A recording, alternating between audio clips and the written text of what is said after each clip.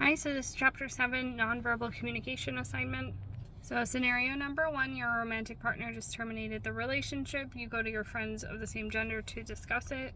If my partner had just terminated our relationship, I would of course be devastated. I would be crying and not able to focus so much. Some nonverbal cues I would likely demonstrate would be a flat affect, meaning I would appear depressed and non-motivated and not have much expression on my face. My tone of voice would probably be very quiet and soft because I wouldn't make much effort to converse. When you're dumped, you can often suffer a hit to your confidence, so I'd probably act unsure of myself. My posture would be insecure and my clothing and appearance would likely not be well taken care of.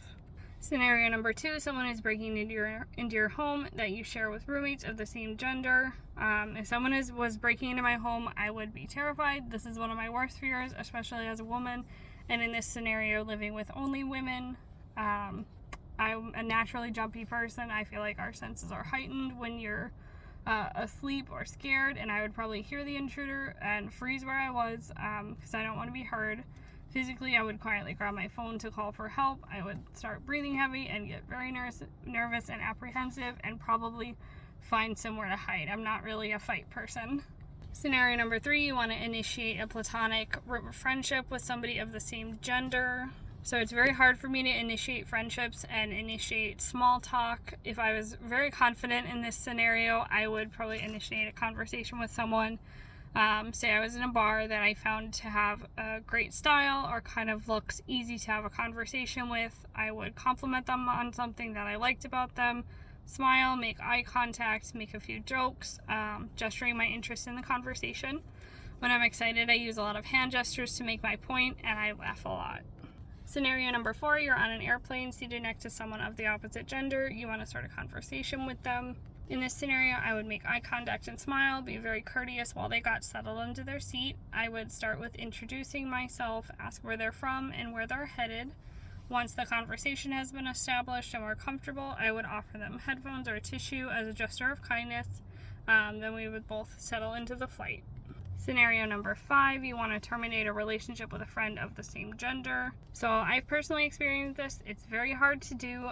I had began a friendship with a coworker a few years ago who I eventually didn't feel like appreciated the things that I was doing for them. I didn't feel like I was getting very much in return, so I decided to terminate the friendship. After I had decided that that was what I was going to do, my demeanor kind of changed. I became more professional at work instead of friendly. I created physical distance between us, and I also created distance like with texting. I stopped texting very much, and when I did text, it was very short and to the point. I probably appeared a little cold and disinterested, but that was the way that I knew best to kind of handle the situation and not offer them very much, thinking that they would want to continue the friendship. So scenario 6, you're getting ready for a semi-formal event with your friends. So I obviously get very nervous at formal events, events with large groups of people. So in this instance, I would probably display a lot of excitement, but also nervousness and apprehension at the impending event. Formal events mean making small talk, and I very much dislike small talk. I would likely be a little quiet because I was nervous. Once I got comfortable at the event, I would likely open up a little bit more and start talking to people, especially if it was an event that I knew a lot of people at and was comfortable with them.